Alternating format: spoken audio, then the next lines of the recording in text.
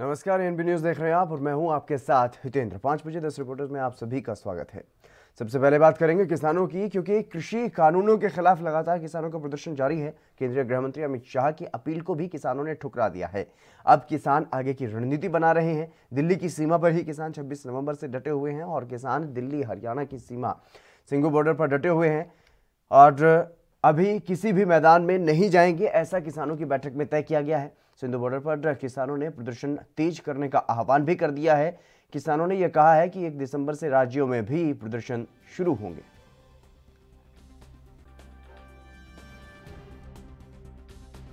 फैसला किया, लोगों की भावनाओं को समझते हुए यह फैसला किया कि भारत सरकार हमारे ऊपर कंडीशन लगा के हमारे को बातचीत के लिए बताती है।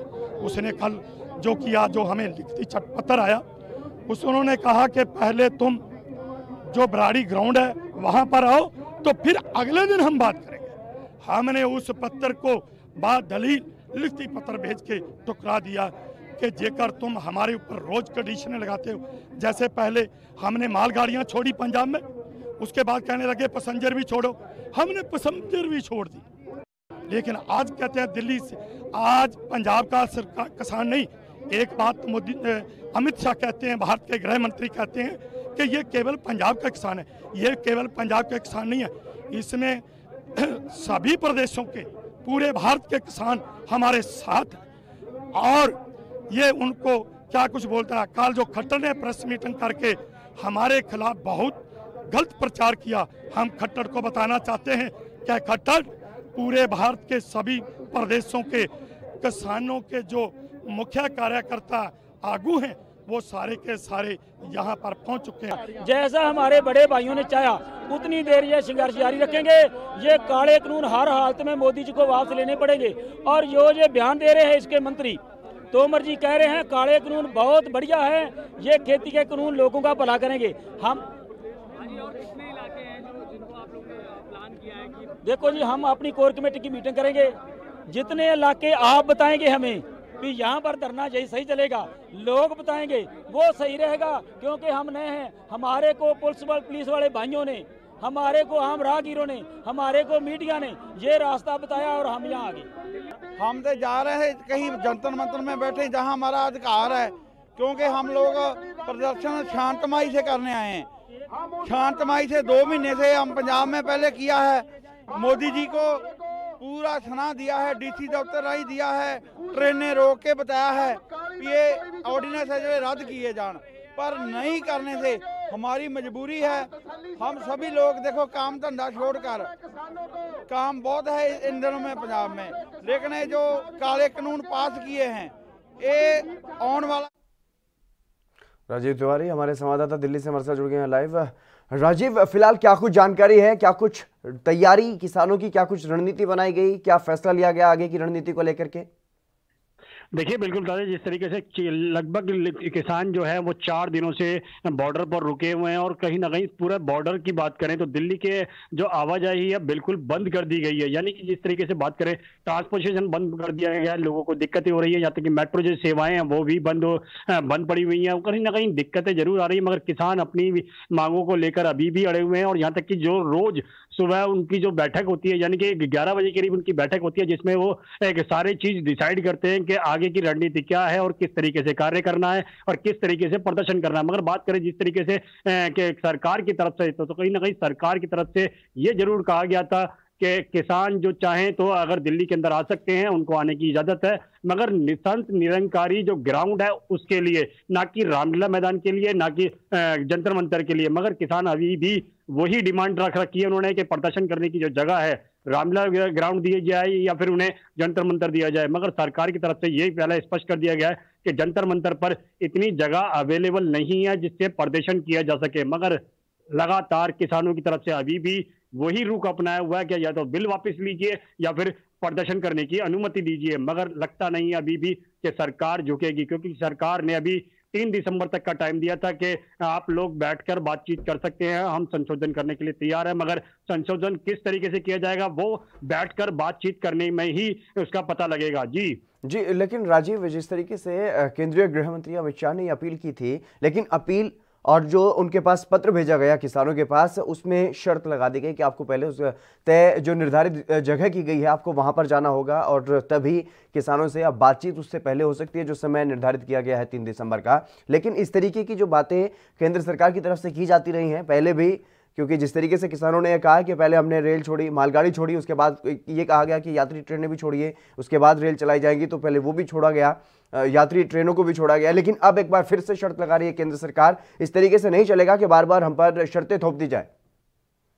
देखिए, एक चीज तो स्पष्ट है कि बात करें किसानों की और सरकार की, तो कहीं ना कहीं सरकार की और किसान की तरफ से लगातार बातचीत का जो दौर था वो चलता रहा था और कहीं ना कहीं किसानों को दिक्कतें आती रही थी, क्योंकि हर बार जो बातचीत हो रही थी वो बातचीत का किसी भी नतीजे पर नहीं पहुंच पा रही थी। बात करें जिस तरह से विज्ञान भवन में भी बैठक हुई थी, उसके अंदर भी कोई विषय जरूर रखा गया था कि किसानों की तरफ से कि आप जो बिल लेके आए हैं वो किसान हित में नहीं है बल्कि में पूंजीपतियों के हित में है, उस बिल को वापस लिया जाए, उसमें संशोधन किया जाए। मगर सरकार की तरफ से कोई भी कदम नहीं उठाया गया या बिल के अंदर या बिल वापस या फिर संशोधन, मगर ऐसा कुछ भी नहीं है। मगर अभी भी बात करें, हर बार किसानों को आश्वासन दिया जाता है, किसान हर बार आश्वासन के आधार पर हर चीज को बैक कर लेते थे। प्रदर्शन भी कई बार किया गया किसानों की तरफ से, यहां तक कि रेल रोकी गई, कई राज्यों के अंदर प्रदर्शन किया गया, दिल्ली के अंदर भी पहले कई बार किसान आए थे, मगर कहीं ना कहीं अभी भी वही रुख नजर आ रहा है कि सरकार का,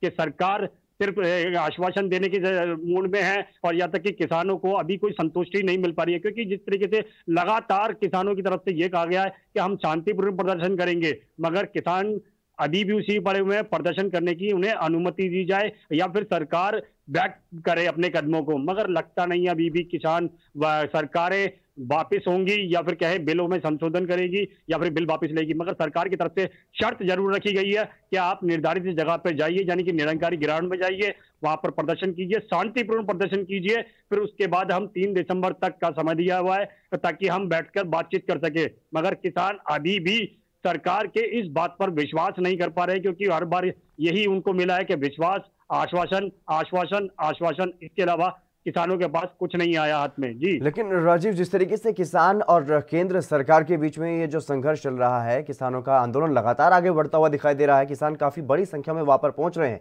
ऐसे में कुछ शरारती तत्व भी वहां पर हो सकते हैं जो उपद्रव फैला सकते हैं। उसके लिए आईबी के अधिकारी भी वहां पर लगातार पहुंच रहे हैं स्थिति पर नजर बनाने के लिए। देखिए, बिल्कुल बात करें जिस तरीके की सुरक्षा की, तो सुरक्षा कहीं ना कहीं कड़ी कर दी गई है। आईबी की बात करें या फिर सीआईडी की बात करें या फिर स्पेशल फोर्स की बात करें या फिर इनका जो स्पेशल स्टाफ है वो उनकी बात करें या फिर दिल्ली पुलिस की बात करें, तमाम ऐसी जानकारियां जुटाई जा रही हैं, तमाम ऐसे एजेंसियां लगाई गई हैं वहां पर। मगर शरारती तत्वों की बात करें तो कहीं ना कहीं शरारती तत्व हो सकते हैं, मगर जो हिंसा भड़केगी वो शरारती तत्वों को भी भड़केगी, क्योंकि किसान अभी भी शांतिपूर्ण तरीके से प्रदर्शन कर रहे हैं। मगर हाँ, सरकार के खिलाफ नारेबाजी जरूर कर रहे हैं ताकि सरकार जाग सके, मगर अभी भी किसानों के हाथ में कुछ नहीं मिल पा रहा है, क्योंकि और किसानों के बीच में और सरकार के बीच में वो आम जनता पिसती नजर आ रही है जो मेट्रो सेवाएं यूज करती थी या फिर बॉर्डर से आना जाना आवाजाही करते थे या अपने अपने काम धंधे के लिए जाते थे, सर्विस के लिए जाते थे, और ये कहें या फिर जो बॉर्डर सील करने की वजह से वो अपनी व्हीकल लेकर वहीं पर फंसे हुए या ट्रांसपोर्टेशन फंसा हुआ है, वो कहीं ना कहीं दिक्कतों में आ रहा है और जनता उसकी वजह से परेशान भी हो रही है। मगर किसानों को सोचना होगा कि सरकार के बारे में तो बेशक वो अपनी रणनीति बनाए, मगर जनता के बारे में भी सोचना होगा कि जनता इस तरीके से बीच में पिसती नजर आ रही है। जी बिल्कुल। लेकिन इस पूरे मामले को लेकर के जिस तरीके से राजनीति की जा रही है, पहले हरियाणा सरकार की तरफ से, हरियाणा के सीएम की तरफ से सीएम कैप्टन पर गंभीर आरोप लगाए गए और अब आम आदमी पार्टी की तरफ से भी राघव चड्ढा ने कहा है कि सीएम कैप्टन को इस आंदोलन की अगुवाई करनी चाहिए थी, वो पीएम मोदी के साथ मिलकर के इस आंदोलन को खत्म करना चाहते हैं, किसानों की आवाज को दबाना चाहते हैं।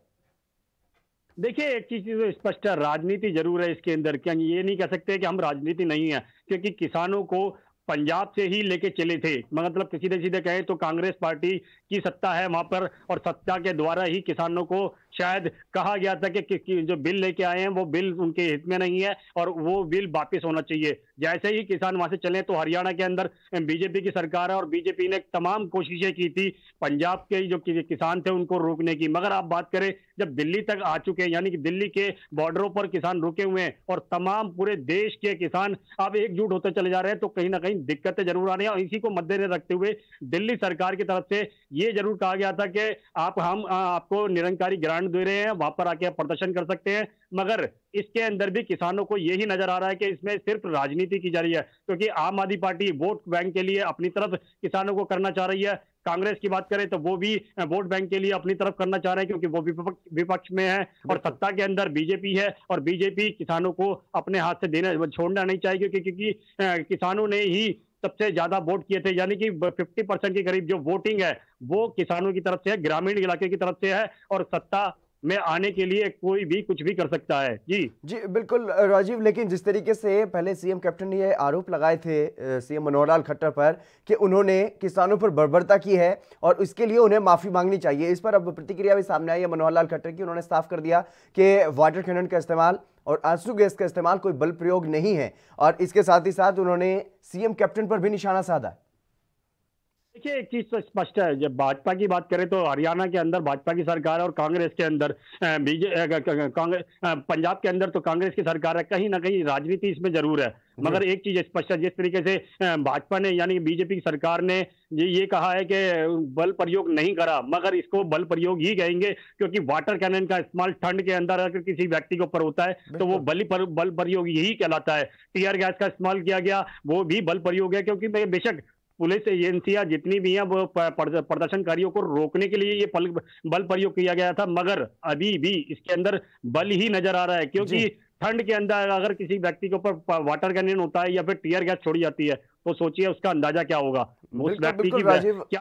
जी बिल्कुल बिल्कुल, तमाम जानकारी देने के लिए बहुत बहुत शुक्रिया राजीव। तो जिस तरीके से हरियाणा में जो सीमाओं पर सील किया गया था, सीमाओं को किसानों को आगे बढ़ने से रोकने के लिए वहां पर, और वाटर कैनन का इस्तेमाल किया गया, आंसू गैस का भी इस्तेमाल किया गया, और इसके अलावा हल्का फुल्का लाठीचार्ज भी किसानों पर कई जगहों पर किया गया है। कई जगहों पर किसान और जवान आमने सामने भी दिखाई दिए हैं, लेकिन सीएम मनोहर लाल खट्टर ने साफ कहा है कि मैं इसको बल प्रयोग नहीं मानता हूं। और वहीं अगर बात की जाए केंद्र सरकार की तरफ से 3 कृषि कानूनों को जो लाया गया है, जिनका किसान लगातार विरोध कर रहे हैं, दिल्ली में किसानों का प्रदर्शन भी जारी है, आंदोलन कर रहे किसानों ने केंद्र के बातचीत के प्रस्ताव को अब ठुकरा दिया है। इसी बीच प्रधानमंत्री नरेंद्र मोदी ने आज मन की बात की है, जिसके जरिए एक बार फिर से किसानों को मनाने की कोशिश पीएम ने की।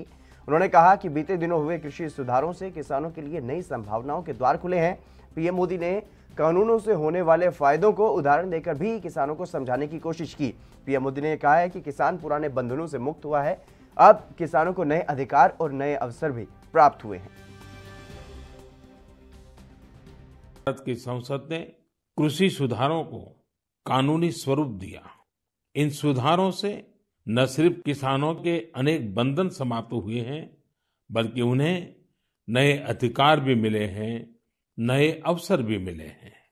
इन अधिकारों ने बहुत ही कम समय में किसानों की परेशानियों को कम करना शुरू कर दिया है। महाराष्ट्र के धुले जिले के किसान जितेंद्र भोईजी ने नए कृषि कानूनों का इस्तेमाल कैसे किया, ये आपको भी जानना चाहिए। जितेंद्र भोईजी ने मक्के की खेती की थी और सही दामों के लिए उसे व्यापारियों को बेचना तय किया। फसल की कुल कीमत तय हुई करीब 3,32,000 रुपये। जितेंद्र भोई को 25,000 रुपये एडवांस भी मिल गए थे। तय ये हुआ था कि बाकी का पैसा उन्हें 15 दिन में चुका दिया जाएगा, लेकिन बाद में परिस्थितियां ऐसी बनी कि उन्हें बाकी का पेमेंट नहीं मिला। किसान से फसल खरीद लो, महीनों महीनों पेमेंट न करो। संभवतः मक्का खरीदने वाले बरसों से चली आ रही उसी परंपरा को निभा रहे थे। इसी तरह 4 महीने तक जितेंद्र जी का पेमेंट नहीं हुआ।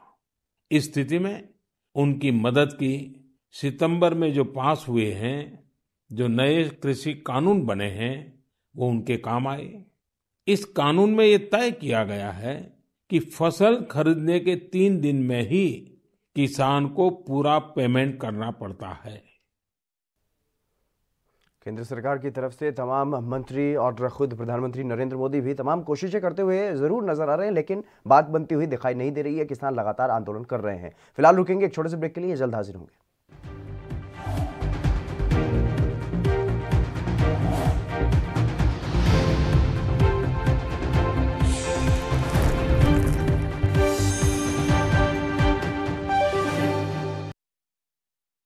क्या आप दुबले पतले कमजोर हैं, आपकी सेहत नहीं बनती? भूख कम लगती है, वजन नहीं बढ़ता। दरअसल मेन बात खाना पीना खाना नहीं है, मेन बात है खाया पिया लगना। और अगर खाया पिया लगेगा ही नहीं तो सेहत बनेगी कैसे? इसलिए हमारी संस्था सन्यासी आयुर्वेदा ने एक ऐसी दवा बनाई है जो कि आपके पाचन तंत्र को, आपके लीवर सिस्टम को ठीक करने का काम करती है, ताकि आप जो भी खाएं उसका पूरे का पूरा निचोड़ आपके शरीर को लगे, आपकी भूख बढ़े, खाया पिया सही से लगे, नया खून बने, हड्डियों में जान आए, वजन बढ़े, ताकत बढ़े, चेहरे पर नूर आए और आप मोटे तगड़े खूबसूरत पर्सनैलिटी के मालिक बन जाएं। यह दवा पूरी तरह से आयुर्वेदिक होती है। इसका शरीर पर कोई भी साइड इफेक्ट, कोई भी नुकसान या दुष्प्रभाव नहीं होता। लड़के लड़कियां दोनों इसका इस्तेमाल कर सकते हैं और पहले 15 दिन के अंदर ही आपको इसका असर महसूस हो जाएगा।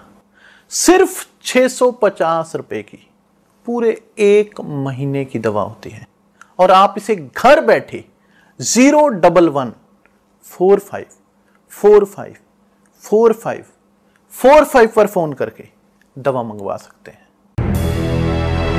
लखनऊ से लेकर चंडीगढ़ तक, मुंबई से लेकर रायपुर तक, क्या है राजनीति की हलचल, क्या है समाज का मिजाज। राजधानी लाइव, हमारी नजर, आपका फैसला, हर रोज सुबह 8 बजे सिर्फ ANP न्यूज पर।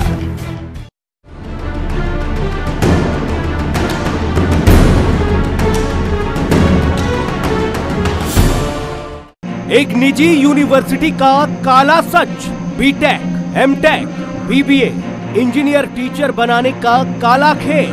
5000 बच्चे हो चुके हैं शिकार। 300 से ज्यादा कर्मचारी मिलकर दे रहे हैं अंजाम। नेपाल से लेकर रवांडा, अफगानिस्तान से लेकर केन्या, हर जगह मौजूद यूनिवर्सिटी के दलाल कैसे देते हैं अपने कारनामों को अंजाम। जल्द करेंगे बड़ा खुलासा, दिखाएंगे आपको पूरा सच। ऑपरेशन फेक गुरुजी, सिर्फ ANP न्यूज पर।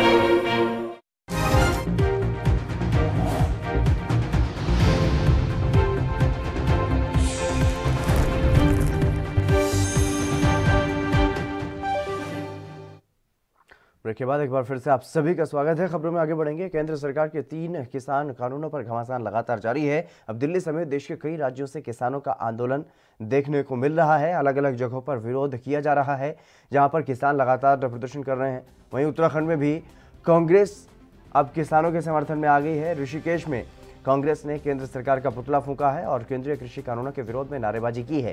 कांग्रेस नेताओं ने नए कानूनों को किसानों के लिए काले कानून बताया है। साफ कहा है कि केंद्र सरकार लगातार किसानों का अहित करने में लगी हुई है।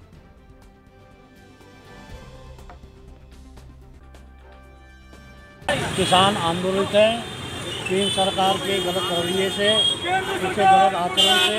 हमने आज किसानों के समर्थन में केंद्र सरकार का पुतला दहन किया है और केंद्र सरकार को हमारी चेतावनी है, यदि उसने किसानों की समस्याओं को समय रहते हल नहीं करा तो हम और जोरदार इस आंदोलन को चलाएंगे, पूरे प्रदेश में चलाएंगे और पूरे देश में चलाएंगे। हमारे प्रदेश अध्यक्ष के आह्वान पर पूरे प्रदेश के अंदर केंद्र सरकार का पुतला दहन किया गया।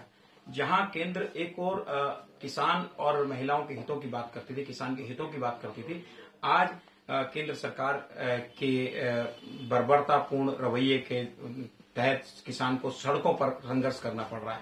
जहां केंद्र सरकार ये कहती है कि हमने किसानों के हितों में ये किसान बिल पास किया है, अगर हित में होता तो किसान आज उनके लिए मिठाई के डब्बे लेके या उनके लिए मालाओं लेके उनका स्वागत कर रहे होते। लेकिन किसानों के हितों के खिलाफ जो उन्होंने बिल पास किया, उसके विरोध में आज किसान सड़कों पर आए और उसी विरोध में हमने किसानों के हितों की लड़ाई के लिए, किसानों के हक के लिए आज हम जो किसान खेतों पर होना था उस सड़कों पर है। और उसके जो उन्होंने पंजाब के अंदर बर्बरतापूर्ण और दिल्ली आने से रोकने का जो काम किया है, उसके विरोध में आज पूरे सागर रस्तोगी हमारे संवाददाता हमारे साथ जुड़ गए अधिक जानकारी के साथ। सागर, फिलहाल क्या कुछ जानकारी है, किस तरीके से ये प्रदर्शन क्या अब आगे भी जारी रहेगा या सिर्फ आज ही ये प्रदर्शन वहां पर किया गया? जी, मैं आपको बताना चाहूंगा, केंद्र सरकार द्वारा जो किसान बिल पास किया गया है उसके विरोध में ये प्रदर्शन किया गया है। जहां जगह जगह प्रदर्शन हो रहे हैं, वहीं तीर्थ नगरी ऋषिकेश में भी इससे कांग्रेस संतुष्ट नहीं है। ऋषिकेश में कांग्रेसियों ने केंद्र सरकार का पुतला फूंककर बिल का जमकर विरोध किया है। मौके पर मौजूद लोगों ने जमकर सरकार के खिलाफ नारेबाजी भी की है। जी, लेकिन जो किसान दिल्ली की तरफ कूच कर रहे हैं, क्या उत्तराखंड के किसान भी कुछ जो कूच किए हुए हैं दिल्ली की तरफ, क्या उनके समर्थन में उनके साथ ही कांग्रेस के कार्यकर्ता जाएंगे? जी बिल्कुल, कांग्रेस कार्यकर्ताओं ने आश्वासन दिया है किसानों को यहाँ पर उत्तराखंड में, और कहा है कि कांग्रेस जनों का अगर ऐसी सरकार रही तो इसे काला कानून साबित हो रहा है, मतलब कहा जाएगा। जी बिल्कुल बिल्कुल सागर, तमाम जानकारी देने के लिए बहुत बहुत शुक्रिया आपका। तो लगातार जिस तरीके से किसान अपना संघर्ष आगे बढ़ा रहे हैं, लगातार आंदोलन कर रहे हैं, उनके समर्थन में अब कांग्रेस कार्यकर्ताओं ने उत्तराखंड में ये विरोध प्रदर्शन किया है। जम्मू कश्मीर की पूर्व सीएम और पीडीपी चीफ महबूबा मुफ्ती ने अपने विरोधियों पर जमकर निशाना साधा है। उन्होंने ये कहा है कि जब से हमने डीडीसी चुनाव में हिस्सा लेने का फैसला किया है, तब से ज्यादतियां और भी बढ़ गई हैं। वहीं उन्होंने ये भी कहा है कि चुनाव कश्मीर की समस्या का समाधान नहीं है। अगर चीन के साथ बातचीत चल रही है तो कश्मीर मसले पर पाकिस्तान से भी बातचीत होनी चाहिए।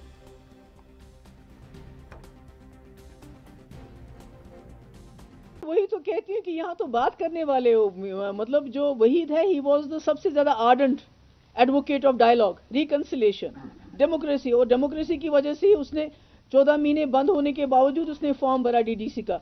आज फॉर्म भरता है, नेक्स्ट डे ही gets a call from NIA कि आपको बुलाया है। So this is what is happening. तो election is no solution to any problem. Election Kashmir की प्रॉब्लम का कोई सोल्यूशन नहीं है, मगर आई एम हैप्पी कि लोग ये एक्सप्रेस करते हैं कि हम वोट डालते हैं इसलिए कि इंडिया पाकिस्तान बात होनी चाहिए। मैं तो बार बार कहती हूँ, जितनी जमीन हमारी चाइना ने ली है तो उसके साथ तो हम बात कर रहे हैं। 9th 10th राउंड हमारा बातचीत का हुआ, और जो हमारे बॉर्डर्स पे हमारे लोग मर रहे हैं, दोनों तरफ से मर रहे हैं, उसके पाकिस्तान से बात क्यों नहीं कर रहे हैं? What is it about again about being, is it about being Muslim country? इसलिए बात नहीं करनी है, because everything is communal now। मैंने कहा ना कि everything is communal। Sardar is a Khalistani, Muslim is a Pakistani, Kashmiri is a terrorist. तो ये तो सब ऐसे ही चल रहा है।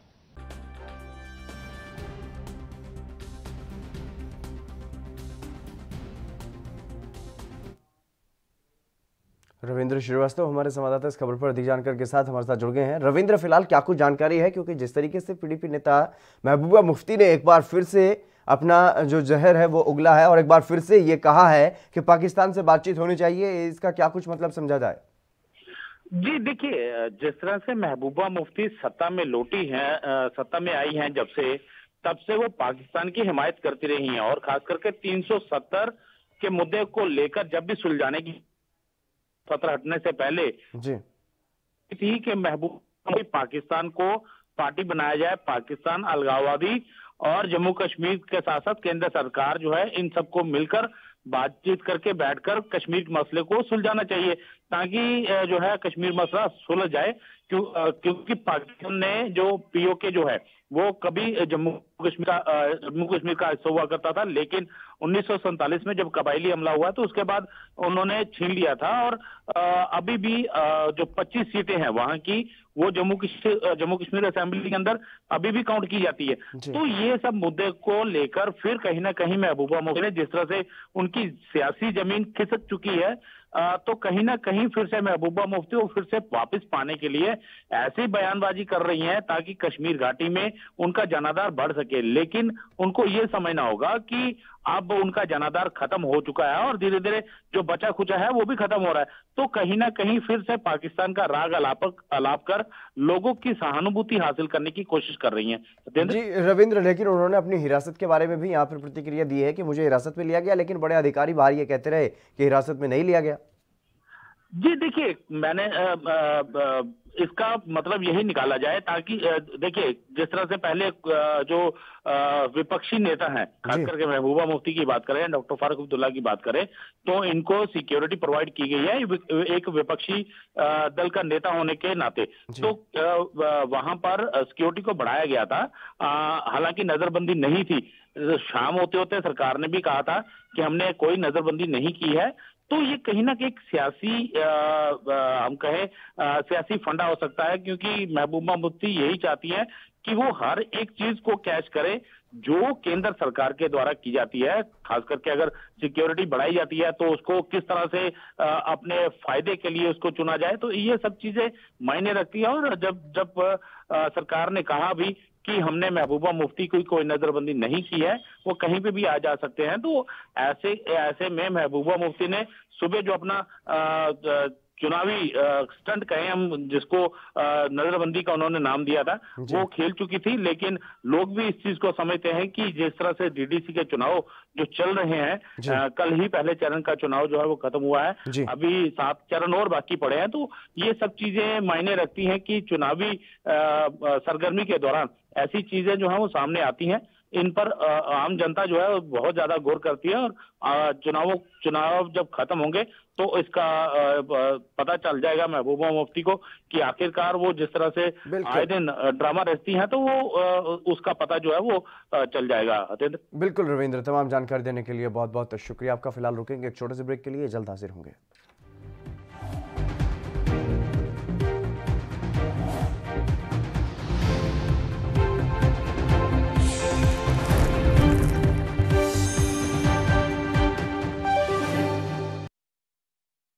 क्या आप दुबले पतले कमजोर हैं? आपकी सेहत नहीं बनती, भूख कम लगती है, वजन नहीं बढ़ता? दरअसल मेन बात खाना पीना खाना नहीं है, मेन बात है खाया पिया लगना। और अगर खाया पिया लगेगा ही नहीं तो सेहत बनेगी कैसे? इसलिए हमारी संस्था सन्यासी आयुर्वेदा ने एक ऐसी दवा बनाई है जो कि आपके पाचन तंत्र को, आपके लीवर सिस्टम को ठीक करने का काम करती है, ताकि आप जो भी खाएं उसका पूरे का पूरा निचोड़ आपके शरीर को लगे, आपकी भूख बढ़े, खाया पिया सही से लगे, नया खून बने, हड्डियों में जान आए, वजन बढ़े, ताकत बढ़े, चेहरे पर नूर आए और आप मोटे तगड़े खूबसूरत पर्सनैलिटी के मालिक बन जाएं। यह दवा पूरी तरह से आयुर्वेदिक होती है। इसका शरीर पर कोई भी साइड इफेक्ट, कोई भी नुकसान या दुष्प्रभाव नहीं होता। लड़के लड़कियां दोनों इसका इस्तेमाल कर सकते हैं और पहले 15 दिन के अंदर ही आपको इसका असर महसूस हो जाएगा। सिर्फ 650 रुपए की पूरे 1 महीने की दवा होती है और आप इसे घर बैठे 01145454545 पर फोन करके दवा मंगवा सकते हैं।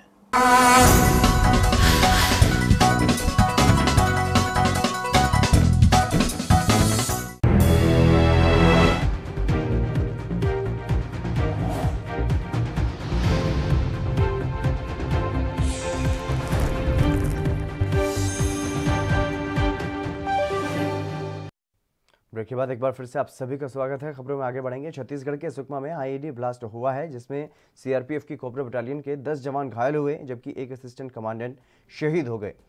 जानकारी के अनुसार कल रात एंटी नक्सल ऑपरेशन के तहत कोबरा की टीम सुकमा के बुरकापाल कैंप से सर्चिंग के लिए निकली थी, जिसके बाद कोबरा की यह टीम ब्लास्ट की चपेट में आ गई। इस ब्लास्ट में कुल 10 जवान घायल हुए थे और 8 जवानों को देर रात हेलीकॉप्टर से रायपुर इलाज के लिए ले जाया गया। 2 जवानों का चिंतल नार के सीआरपीएफ अस्पताल में वहां पर इलाज चल रहा है और नक्सलियों ने ताड़मेटला गांव के पास रात में करीब 10 बजे आईईडी ब्लास्ट किया था। घटना की जगह थाना चिंता गुफा और बुरकापाल के बीच में बताई जा रही है।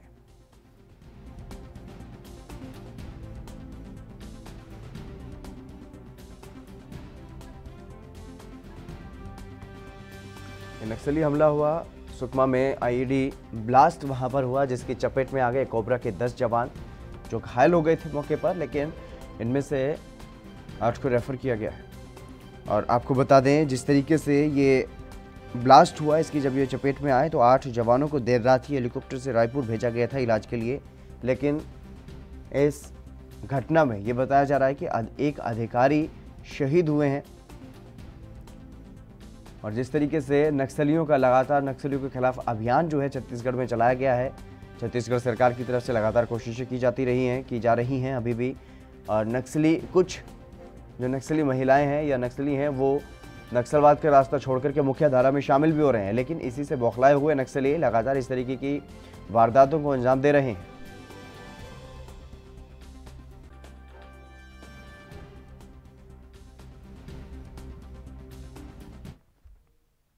एसडी राज हमारे संवाददाता हमारे साथ जुड़ गए अधिक जानकारी के साथ। एसडी राज, क्या कुछ जानकारी है फिलहाल? जो घायल हुए थे जवान, उनकी स्थिति कैसी है?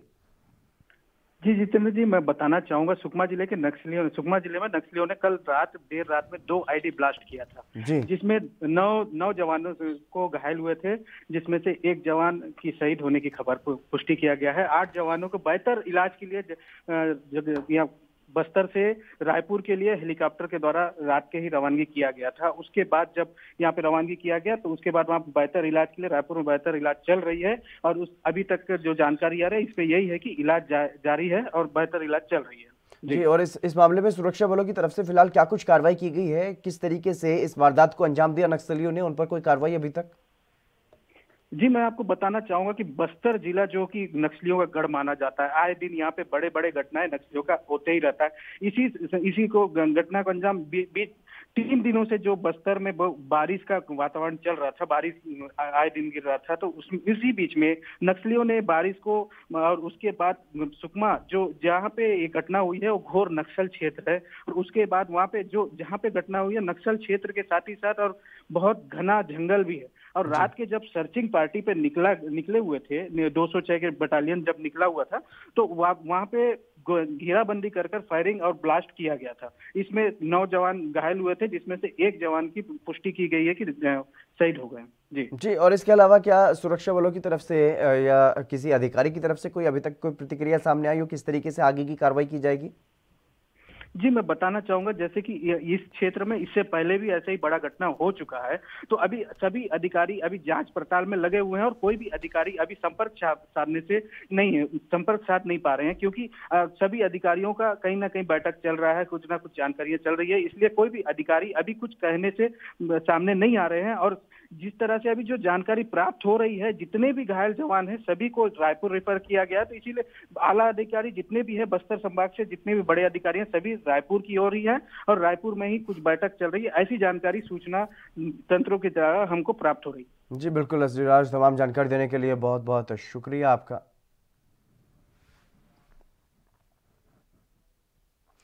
वहीं मध्य प्रदेश के मुख्यमंत्री शिवराज सिंह चौहान ने रविवार को भोपाल में एक बैठक बुलाई। इसमें शिवराज ने अधिकारियों को स्पष्ट शब्दों में गुंडों, बदमाशों और रसूखदारों पर कार्रवाई के निर्देश दिए हैं। बैठक में डीजीपी से लेकर के प्रमुख सचिव और भोपाल डीआईजी, नगर निगम कमिश्नर और कलेक्टर को भी तलब किया गया था।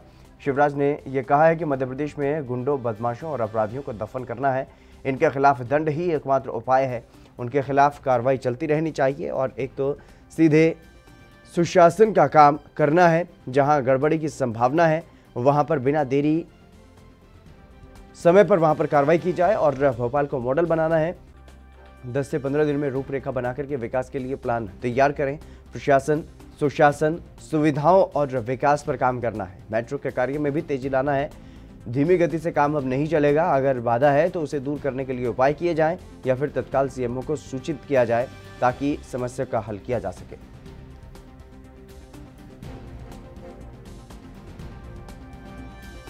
कोई हमको अपराधियों को दफन करना है इस तरह से। रसूखदार, गुंडे, बदमाश, उनके लिए दंड ही एकमात्र उपाय है। तो हम लोग कर रहे हैं, कार्रवाइयाँ रुके नहीं, चलती रहे। एक तो सीधे सुशासन का जो अपना मूल मंत्र। दूसरे दिन मैंने लोक सेवा केंद्र वगैरह का जो बना किया था उसे मुझे अच्छा मिला, लेकिन एक बार ये नजर रखें कि जहाँ संभावना हो गड़बड़ की वहाँ हम बिना लिए समय पर सेवाएं मिले। उसका उदाहरण श्री गुरु नानक देव जी का 551वां प्रकाश पर्व देश भर में बड़ी धूमधाम से मनाया जा रहा है। खासतौर पर पंजाब में ऐतिहासिक गुरुद्वारों में धार्मिक समागम करवाए जा रहे हैं। सुल्तानपुर लोधी में गुरुद्वारा श्री बेर साहिब में धार्मिक समागम चल रहे हैं।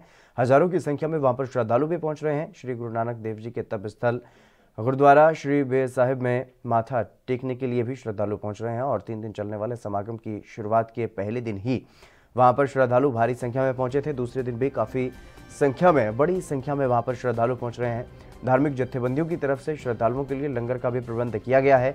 कोरोना महामारी से बचाव के लिए भी सैनिटाइजर और मास्क जैसे वहां पर विशेष प्रबंध भी किए गए और गुरुद्वारा श्री बेर साहिब के पास श्रद्धालुओं के लिए दुकानें भी लगाई गई हैं। गुरुद्वारा साहिब के परिसर को विदेशी फूलों और रंग बिरंगी लड़ियों से सजाया गया है।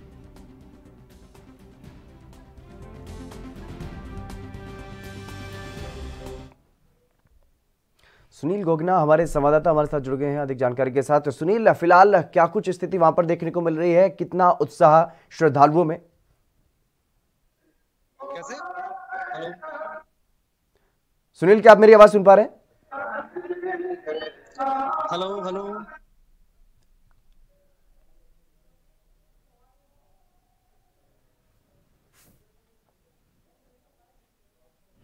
बिल्कुल, जिस तरीके से सुल्तानपुर लोधी में गुरुद्वारा श्री बेर साहिब में भारी संख्या में वहां पर श्रद्धालु पहुंच रहे हैं। कोरोना के मद्देनजर भी तैयारियां विशेष तौर पर की गई हैं, विशेष प्रबंध वहां पर किए गए हैं। सुनील गोगना हमारे संवाददाता हमारे साथ वहां पर बने हुए हैं, वो तमाम तस्वीरें वहां से भेज रहे हैं। सुनील मेरे साथ एक बार फिर से जुड़ गए हैं। सुनील, क्या कुछ जानकारी है फिलहाल? कितना उत्साह वहां पर लोगों में देखने को मिल रहा है? सर, जो कि इस वक्त हम सुल्तानपुर लोधी में श्री गुरुद्वारा पहली पाशे श्री गुरु नानक देव जी महाराज ने जो कि काली बई में जो स्नान कर कर और इधर 3 दिन अलोप रहे थे और एक ओंकार का जाप दिया था संतों को और इधर उन्होंने दातन कर कर अपने आज वो हरी भरी बेरी है 500 साल बाद। और देखिए संगत में कितनी उत्साह। मैं आपकी मेरे पीछे जो तस्वीरें आप देख रहे हैं कि संगतों में कितनी उत्साह माथा टेकने आए हुए हैं संगतें। बिल्कुल बिल्कुल। क्या कुछ कार्यक्रम अब रहने वाले हैं वहां पर? इधर से पूरी प्रबंध है जो कि पिछले सरकार में सीजन में जो कि पिछले सरकार ने 2 स्टेजें लगाई थी, SGPC और पंजाब सरकार की वक्री स्टेज थी सेंटर पंजाब। अब जो कि स्टेज भी इधर प्रबंध होगा वो कि पंजाब सरकार की स्टेज है वो पंडाल में लगेगी और SGPC की जो कि श्रोमणी गुरुद्वारा प्रबंधक कमेटी की जो स्टेज है वो गुरुद्वारा साहिब के अंदर में है। और कल हमारे पंजाब के मुख्यमंत्री कैप्टन अमरिंदर सिंह जी भी उनके साथ कोई कैबिनेट मंत्री या MLAs भी नमस्तक होंगे। जी बिल्कुल, तमाम जानकारी देने के लिए बहुत बहुत शुक्रिया आपके सुनील। तो लगातार जिस तरीके से गुरु पर्व को लेकर के ऐतिहासिक जो गुरुद्वारे हैं वहां पर खासा उत्साह श्रद्धालुओं में देखने को मिल रहा है। वहीं यूपी में कांग्रेस प्रदेश अध्यक्ष अजय कुमार लल्लू ने संगठन को मजबूत करने के लिए अब कमर कस ली है। न्याय पंचायत सृजन कार्यक्रम के लिए एटा जिले के अलीगंज पहुंचे लल्लू ने सरकार पर जमकर निशाना साधा है और बीजेपी सरकार को किसान और युवा विरोधी बताया है। इसके साथ ही उन्होंने ये भी कहा कि बलरामपुर में हुई एक पत्रकार की वहां पर हत्या हुई है, जिसको लेकर उन्होंने सरकार की कार्यशैली पर, कानून व्यवस्था पर सवाल उठाए हैं। हालांकि लव जिहाद का जो कानून अब उत्तर प्रदेश में बनवाया गया है उसे लेकर के उन्होंने कोई प्रतिक्रिया मीडिया के सवालों पर नहीं दी।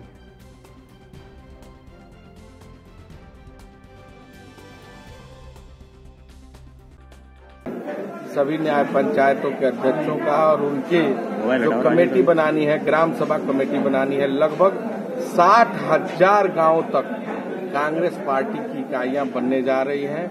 हमारा प्रयास है कि संगठन को जितना मजबूती के साथ बनाना, संगठन में पूरी तरह नए नौजवानों को स्थापित करना और नए उत्साह के साथ आने वाले 2022 में इस सरकार के खिलाफ, जो सरकार किसान विरोधी है, नौजवान विरोधी है, गरीब विरोधी है, कानून व्यवस्था पूरी तरह फेल हो चुका है, इस सरकार के खिलाफ मुकाबला।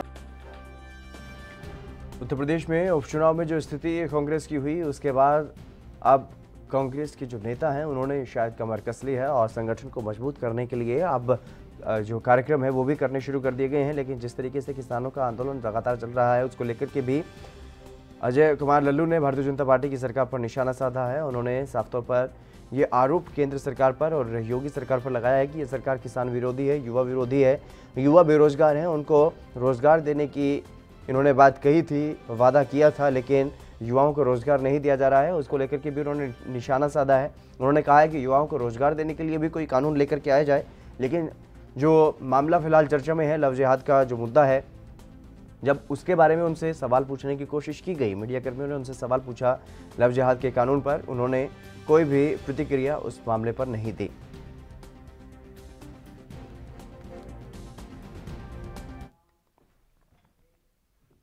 वहीं ताजमहल के ऑनलाइन टिकटों की खूब कालाबाजारी हो रही है। शायद यही वजह है कि हर रोज समय से पहले ही सभी टिकट बुक हो जाते हैं और इसके बाद चंद लोग टिकटों की कालाबाजारी वहां पर करते हैं और एक एक टिकट पर 100 से 300 रुपये ज़्यादा तक वसूलते हैं। इसकी वजह से हर रोज़ सैकड़ों पर्यटक ताजमहल को बिना देखे ही मायूस लौट रहे हैं।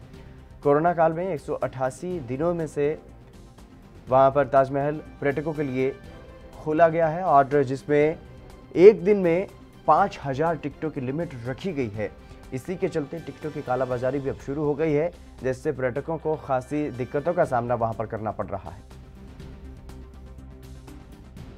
विश्व में 7 अजूबों में शामिल ताजमहल एक खूबसूरत इमारत, जो कि दूर दूर से पर्यटक यहाँ पर ताजमहल को देखने के लिए आते हैं। कोरोना काल के बाद में 188 दिन के बाद ताजमहल को खोला गया था और पर्यटकों के लिए 5000 का स्लॉट एक दिन के लिए बनाया गया था।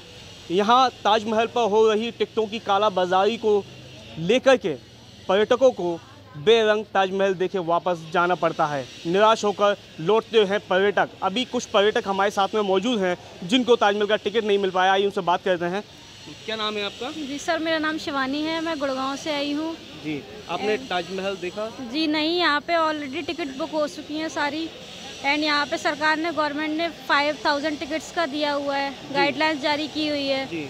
तो इसको हटा के सरकार को कुछ गाइडलाइंस बढ़ानी चाहिए। अभी आपने ताजमहल नहीं देखा, कैसा लग रहा है? नहीं जी, बहुत बेकार लग रहा है, हमें वापस जाना पड़ेगा सर। वापस जाना पड़ेगा जी।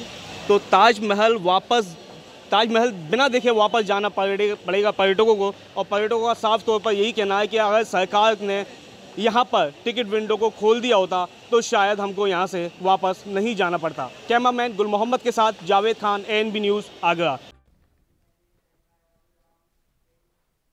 चलिए फिलहाल इस खास बुलेटिन में बस इतना ही। आप बने रहिए ANB न्यूज़ के साथ।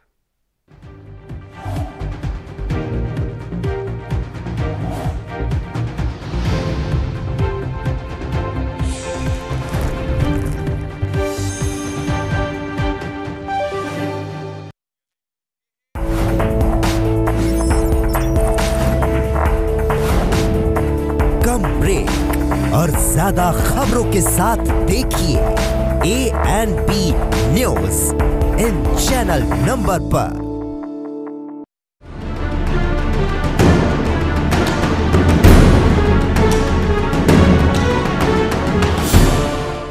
एक निजी यूनिवर्सिटी का काला सच। BTech, MTech, BBA, engineer teacher बनाने का काला खेल। 5000 बच्चे हो चुके हैं शिकार। 300 से ज्यादा कर्मचारी मिलकर दे रहे हैं अंजाम। नेपाल से लेकर रवांडा,